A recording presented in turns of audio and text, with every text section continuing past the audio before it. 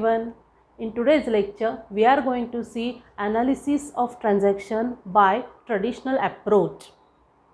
For that, you have to be very clear about golden rules of debit and credit and classification of accounts by traditional approach. So on basis of that information, we are going to see these transactions now. So our first transaction is deposited cash into the Bank of India, rupees 10,000. Read it carefully. Deposited cash into the Bank of India, rupees 10,000. Cash deposit केलेली आहे बँकमध्ये. मग त्या बँकचं नाव दिलेलं आहे की bank of India म्हणून. Okay, जर बँकचं नाव नसेल तर आपण ती बँक अकाउंट म्हणूनच दाखवायचं आहे. जे नाव दिलेलं असेल त्या नावाचं अकाउंट आपल्याला इथे मेन्शन करायचं आहे. आता फर्स्ट ट्रान्झॅक्शनमध्ये बँक ऑफ इंडिया हे एक अकाउंट रिफ्लेक्ट झालेलं आहे किंवा अफेक्ट झालेलं आहे. नेक्स्ट दुसरं कुठचं अकाउंट येणार आहे इथे? कॅश अकाउंट, कारण कॅश डिपॉझिट केलेली आहे. आपण बघतोय की फक्त आणि फक्त बिझनेस पॉईंट ऑफ व्ह्यूने आपल्याला एंट्रीज करायच्या आहेत. कॅश डिपॉझिट केलेली आहे बँकमध्ये, म्हणजेच बिझनेसमध्ये कॅश आलेली आहे की गेलेली आहे? डिपॉझिट केली म्हणजे कॅश बिझनेसमधून गेलेली आहे. मग ती कुठे गेलेली आहे? बँकमध्ये गेलेली आहे. बँकेने ती रिसीव केलेली आहे. वन मोर थिंग, बँक कुठचं अकाउंट आहे? आपण बघितलेलं होतं आधी क्लासिफिकेशन ऑफ अकाउंट्समध्ये. सगळे बँक्स ज्या आहेत किंवा कुठच्याही ऑर्गनायझेशन्स ज्या आहेत त्या कुठच्या ह्याच्यामध्ये येतात? आर्टिफिशियल अकाउंटमध्ये, आर्टिफिशियल पर्सनल अकाउंटमध्ये, राईट, कारण ती पर्सनने फॉर्म केलेली आहे म्हणून. So bank is a personal account. मग आता इथे एक एक आपण बघायचं आहे की या ट्रान्झॅक्शनचे इफेक्ट्स कसे होणार आहेत. टू आस्पेक्ट्स और टू इफेक्ट्स काय आहेत? Deposited cash in to bank. Cash deposit केली म्हणजे cash goes out. So you have to write here cash goes out, right, goes out आहे, कॅश गेलेली आहे, बिझनेसमधून गेलेली आहे. नेक्स्ट कुठे आपण दिलेली आहे ती कॅश? बँकमध्ये, म्हणजेच बँक ऑफ इंडिया रिसिवर आहे की गिवर आहे? बँकेने ते पैसे, ती कॅश रिसीव केलेली आहे, म्हणजेच bank of India is a receiver. आता आपण म्हणतो इथे रिसिवर का? तर सगळ्यात पहिल्यांदा ते कुठचं अकाउंट आहे? Bank account is a personal account. मग पर्सनल अकाउंटचा रूल काय आहे? Golden rule, debit the receiver, credit the गिवर. मग इथे आयदर गिवर असेल किंवा रिसिवर असेल.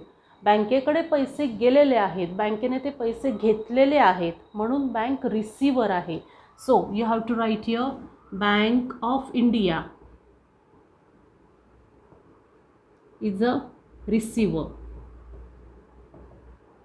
हे त्याचे दोन इफेक्ट आहेत किंवा दोन आस्पेक्ट आहेत या ट्रान्झॅक्शनचे जेव्हा आपण कॅश डिपॉझिट करतो तेव्हा. आता इथे आपण कॅश गोज आउट का लिहिलेलं आहे? Cash is a real account, कारण कॅश आपलं ॲसेट आहे, राईट, बिझनेससाठी. तर आता रिअल अकाउंटचा रूल काय आहे? Debit what comes in, credit what goes out. मग आयदर कम्स इन असेल किंवा गोज आउट असेल जर ॲसेट असेल तर. मग इथे कॅश गोज आउट आहे कारण आपण बँकेत दिलेली आहे, म्हणून आपण इथे गोज आउट लिहिलेलं आहे. सगळ्यात पहिली स्टेप जी असते ट्रान्झॅक्शन बघण्याची किंवा ट्रान्झॅक्शन सॉल्व करण्याची, तर आधी ते नीट वाचायचं आहे. आता इथे ट्रान्झॅक्शन आहे deposited cash in to bank, cash deposit केलेली आहे. मग आपण बघायचं आहे कुठचे दोन अकाउंट्स त्याच्यामध्ये इन्व्हॉल्व होणार आहेत? कॅश आणि बँक ऑफ इंडिया. इथे बँक ऑफ इंडिया दिलेलं आहे म्हणून बँक ऑफ इंडिया. दुसरं नाव असतं तर ते नाव आलं असतं. ओके, नेक्स्ट कुठच्या अकाउंटच्या अंडर, म्हणजे पर्सनल, रिअल की नॉमिनलच्या अंडर ते एक अकाउंट येतं ते बघायचं आहे. मग पर्सनल अकाउंट असेल तर पर्सनल अकाउंटचा रूल अप्लाय करायचा आहे, debit the receiver, credit the गिवर. रिअल अकाउंट असेल तर तो रूल, नॉमिनल असेल तर नॉमिनलचा रूल. असे रूल्स अप्लाय करायचे आहेत फक्त त्या अकाउंटसाठी. क्लिअर? आता इथे आपण बघणार आहोत अकाउंट्स इन्व्हॉल्ड. कुठचे अकाउंट्स इन्व्हॉल्ड आहेत? कॅश आणि bank of India. Cash account आणि bank of India account. Account compulsory लिहायचंच आहे. ओके, सगळीकडे account. Next classification of account. Classification of account म्हणजे हे कुठचे अकाउंट्स आहेत? तर cash account is a real account, कारण ते ॲसेट आहे आपलं. Bank of India personal account आपण आत्ताच बघितलेलं आहे किंवा आधी क्लासिफिकेशनमध्ये बघितलेलं आहे. आता नीट बघायचं आहे.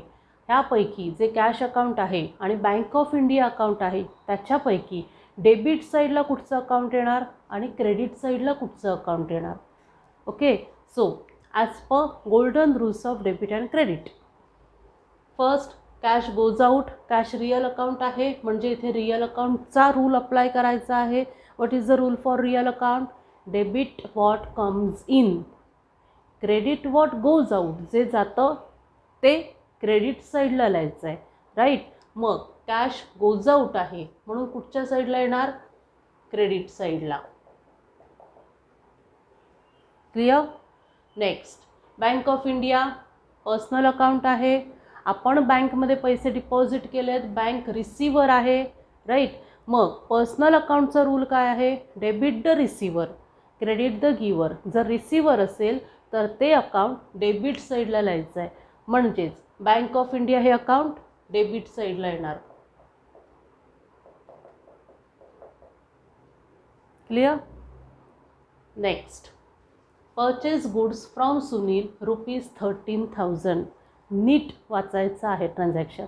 Purchase goods from Sunil ₹13,000. सुनीलकडून परचेस केलेले आहेत, बस एवढंच दिलेलं आहे. अँड कॅश पेड असं दिलेलं आहे का? नाही दिलं आहे. मग इथे ते ट्रान्झॅक्शन जे आहे ते क्रेडिट ट्रान्झॅक्शन आहे. गुड्स परचेस केलेत पण त्याला पैसे दिलेले नाही आहेत, क्रेडिट बेसिसवरती ट्रान्झॅक्शन झालेलं आहे. So which two accounts are involved over here? Purchase goods, मी लास्ट टाईम सांगितलेलं होतं, गुड्स जेव्हा आपण परचेस करतो तेव्हा परचेस अकाउंट मेन्शन करायचं आहे, गुड्स अकाउंट लिहायचं नाही आहे कुठेही. जेव्हा सेल ऑफ गुड्स असतं तेव्हा सेल्स अकाउंट लिहायचं आहे. तर इथे फर्स्ट अकाउंट कुठचं येणार? परचेस अकाउंट, कारण आपण गुड्स परचेस केलेले आहेत. कॅशवरती पे केलेत, कॅश पे केलेली आहे का किंवा कॅश बेसिस ट्रान्झॅक्शन आहे का? नाही, कारण इथे तसं मेन्शन नाही केलेलं आहे की कॅश पेड म्हणून. ओके, मग त्याच्याऐवजी त्यांनी काय लिहिलं आहे की कोणाकडून परचेस केलेत त्या पर्सनचं नाव लिहिलेलं आहे, दॅट इज सुनील. मग इथे परचेस अकाउंट आणि सुनील अकाउंट हे दोन अकाउंट्स इन्वॉल्ड आहेत या ट्रान्झॅक्शनमध्ये. ओके, आता आपल्याला कळलेलं आहे की कुठचे दोन अकाउंट्स आहेत? परचेस अकाउंट कारण गुड्स परचेस केले आहेत, अँड नेक्स्ट सुनील अकाउंट कारण आपण क्रेडिट ट्रान्झॅक्शन केलं आहे. क्रेडिट ट्रान्झॅक्शन झालेलं आहे हे कसं कळलं आहे? कारण इथे कॅश पेड म्हणून वर्ड्स नाही आहेत म्हणून. जर तसं असतं तर आपण सुनीलच्या ऐवजी कॅश अकाउंट लिहिलं असतं. क्लिअर? सो टू आस्पेक्ट और टू इफेक्ट्स. आता या ट्रान्झॅक्शनचे दोन इफेक्ट्स काय काय असतील? गुड्स परचेस केलेले आहेत म्हणजे purchase account, goods okay purchase केल्यावरती इथे आपण लिहिणार आहोत परचेस अकाउंट. मग परचेस एक्सपेन्सेस आहे की इन्कम आहे? ते तुम्हाला माहिती आहे की एक्सपेन्सेस आणि इन्कम कुठे येतात? नॉमिनल अकाउंटमध्ये, राईट. तर आपल्याला बघायचं आहे की परचेस काय आहे. आपण गुड्स परचेस केले म्हणजे खर्च झालेला आहे आपला, कारण आपले पैसे गेलेले आहेत, किंवा क्रेडिट ट्रान्झॅक्शन असेल तर फ्युचरमध्ये जाणार आहेत, राईट. म्हणून परचेस अकाउंट जे आहे ते एक्सपेन्सेस आहेत बिझनेससाठी. नेक्स्ट आहे काय आहे? सुनील. सुनील रिसिव्हर आहे की गिव्हर आहे? आता हे आपण रिसिव्हर गिव्हर का इथे लिहितो आहे? कारण Sunil is a personal account, ते पर्सनचं नाव आहे म्हणून ते पर्सनल अकाउंट आहे. मग पर्सनल अकाउंटचा रूल आहे debit the receiver, credit the giver, म्हणजे तो आयदर रिसिव्हर असेल किंवा गिव्हर असेल. मग सुनीलकडून आपण गुड्स परचेस केलेत म्हणजेच सुनीलने गुड्स दिलेले आहेत. He is a giver, right. तो गिव्हर आहे म्हणून आपण इथे लिहिणार आहोत गिव्हर. म्हणजे आपलं हे जे आहे पहिला आस्पेक्ट हा आहे एक्सपेन्सेस आहेत परचेस, आणि नेक्स्ट आहे गिव्हर. आता आपल्याला बघायचं आहे की कुठचे दोन अकाउंट्स इन्वॉल्ड आहेत. कुठचे दोन अकाउंट्स इन्वॉल्ड आहेत? Purchase account and Sunil account. Clear? Next, classification of account. Purchase is a expenses आहेत, बिझनेससाठी एक्सपेन्सेस आहेत म्हणजेच ते कुठचं अकाउंट आहे? nominal account, because all expenses and losses as well as all incomes and gains are comes under nominal account. Purchase expense आहे म्हणून ते नॉमिनल अकाउंट आहे. नेक्स्ट, सुनील अकाउंट कुठचं अकाउंट आहे? पर्सनल अकाउंट आहे.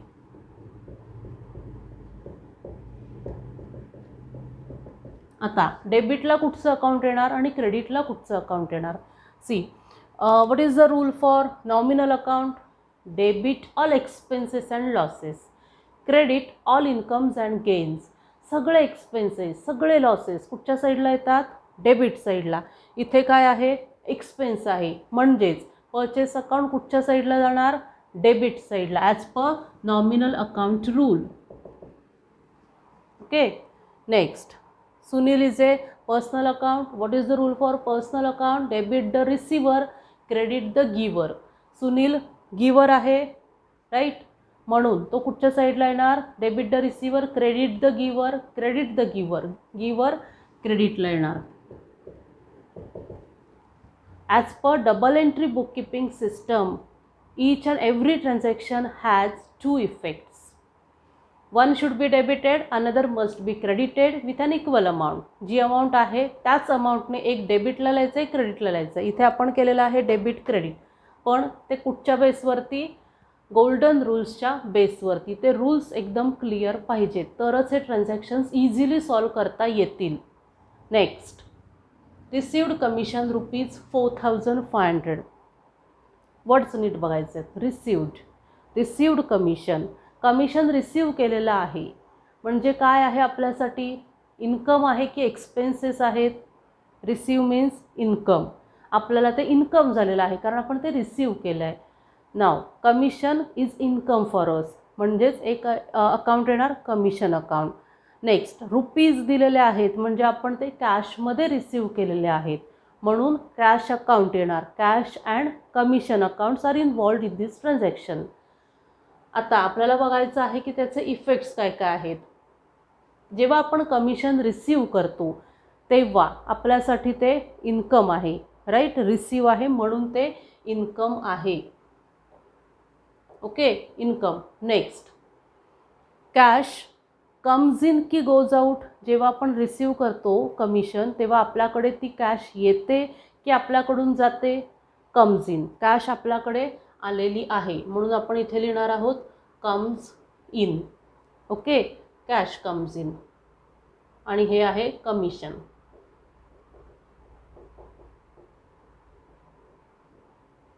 क्लिअर? नाव अकाउंट्स इन्वॉल्ड, हेच दोन अकाउंट्स इन्वॉल्ड आहेत, commission account and cash account. So you have to write here commission account and cash account. Now, classification of accounts. Commission account is a income for us because we have received it, and all incomes comes under nominal account. म्हणून commission account जे आहे ते nominal account आहे. Cash account, as you know, cash is a real account. मग इथे लिहायचं आहे real account. आता डेबिट क्रेडिट, डेबिटला कुठचं अकाउंट, क्रेडिटला कुठचं account? As per nominal account rule, what is the rule for nominal account? Debit all expenses and losses, credit all incomes and gains. Credit all incomes and gains, हे income आहे म्हणून कुठच्या साईडला लिहायचं आहे? क्रेडिट.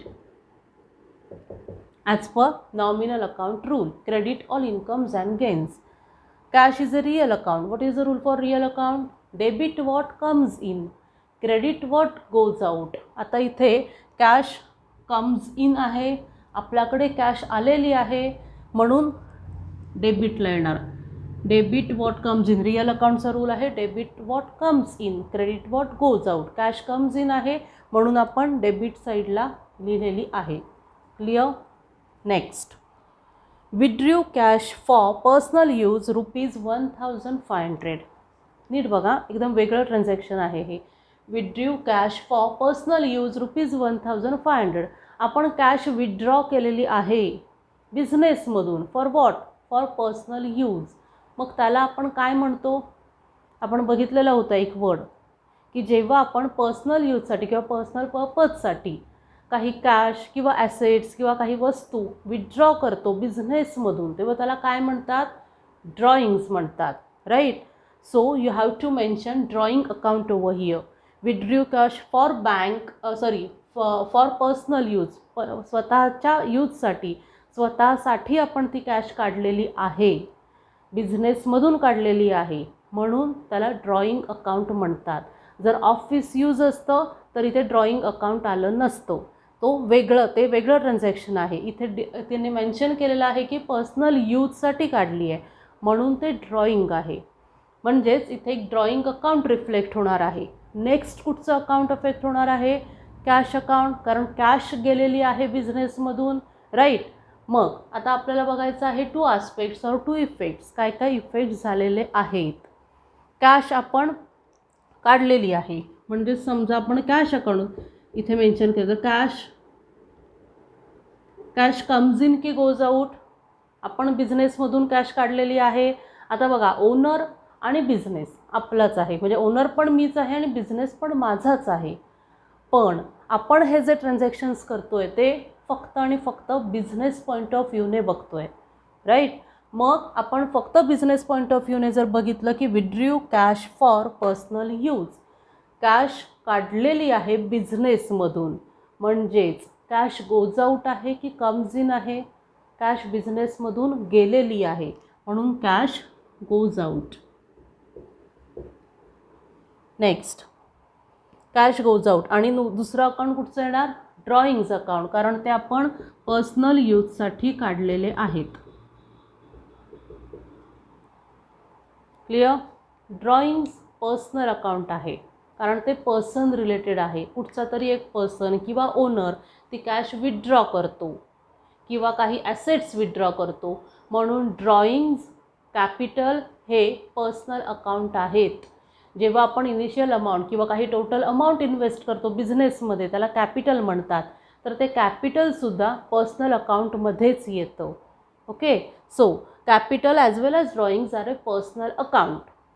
आता आपल्याला बघायचं आहे ड्रॉइंग काय आहे, म्हणजे रिसिव्हर पर्सन जो आहे तो ज्याने कॅश काढलेली आहे तो रिसिव्हर आहे की गिव्हर आहे?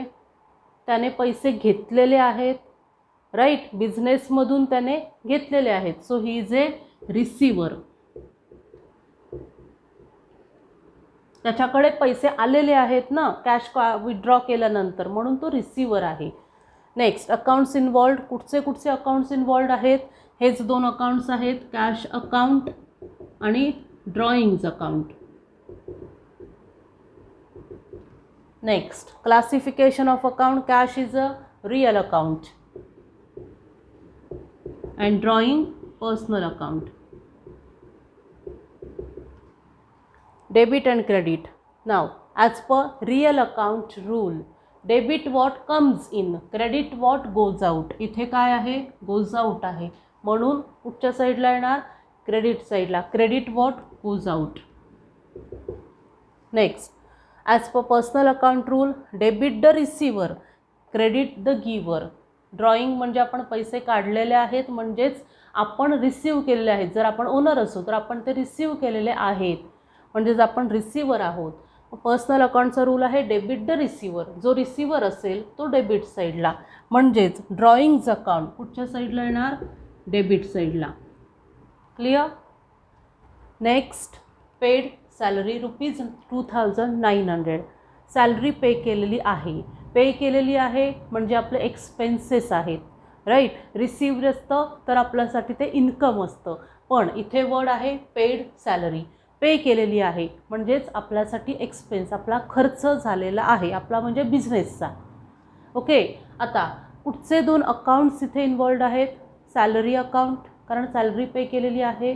देन कॅश अकाउंट, कारण कॅशमध्ये पे केलेली आहे. आता आपल्याला इथे लिहायचं आहे 2 आस्पेक्ट्स और 2 इफेक्ट्स. त्या दोघांचे इफेक्ट्स काय काय आहेत? कॅश अकाउंटचं आणि सॅलरी अकाउंटचं.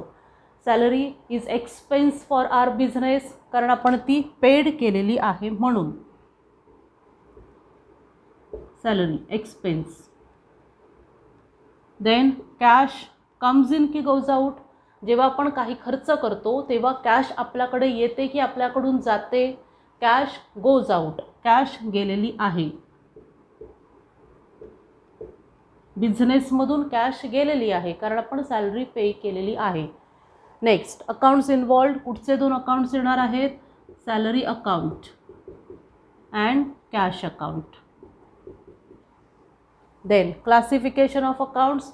सॅलरी काय आहे? एक्सपेन्स आहे. All expenses and losses and all incomes and gains comes under nominal account. हे एक्सपेन्स आहे म्हणून हे सॅलरी अकाउंट जे आहे ते नॉमिनल अकाउंट आहे. कॅश रियल अकाउंट आहे. नेक्स्ट, डेबिट आणि क्रेडिट. कुठचं डेबिटला येणार आणि कुठचं अकाउंट क्रेडिटला येणार? सॅलरी आणि कॅशमधलं. See, as per nominal account rule, debit all expenses and losses. सगळे एक्सपेन्सेस आणि लॉसेस कुठच्या साईडला असतात? डेबिट साईडला. म्हणून सॅलरी अकाउंट डेबिटला येणार. सॅलरी अकाउंट डेबिटला. Next, as per real account rule, debit what comes in, credit what goes out. Cash goes out आहे, क्रेडिट वॉट गोज आउट. सगळे गोज आउट जे असतील ते कुठच्या साईडला लिहायचे? क्रेडिट साईडला. म्हणून कॅश अकाउंट आहे ते क्रेडिट साईडला लिहायचं आहे. क्लिअर? सगळे ट्रान्झॅक्शन्स क्लिअर आहेत का? आता हे जे ट्रान्झॅक्शन्स आपण बघतो किंवा त्याचं ॲनालिसिस जेव्हा आपण करतो त्याच्यासाठी सगळ्यांदा बेस काय आहे क्लिअर पाहिजे. कुठचा बेस क्लिअर पाहिजे? तर क्लासिफिकेशन ऑफ अकाउंट जे आपण ट्रेडिशनल अप्रोचने बघितलेलं होतं की तिकडे दोन अकाउंट्स आहेत बेसिकली, पर्सनल आणि इम्पर्सनल. मग त्या पर्सनलचे पुढे सबडिवायडेड झालेले आहेत 3 पार्ट्समध्ये. नेक्स्ट, इम्पर्सनल रियल आणि नॉमिनलमध्ये सबडिवाइड झालेले आहेत. तर ते सगळे अकाउंट्स कशाच्या अंडर काय येतं ते आधी क्लिअर पाहिजे. ओके. नेक्स्ट आहे गोल्डन रूल्स ऑफ अकाउंटिंग और golden rules of debit and credit. 3 accounts आहेत, पर्सनल, रियल आणि नॉमिनल. त्यांचे तिघांचे 3 रूल्स आहेत. पर्सनल अकाउंटचा रूल आहे debit the receiver, credit the गिवर. रियल अकाउंटचा आहे debit what comes in, credit what goes out. आणि नॉमिनल अकाउंटचा आहे debit all expenses and losses, credit all incomes and gains.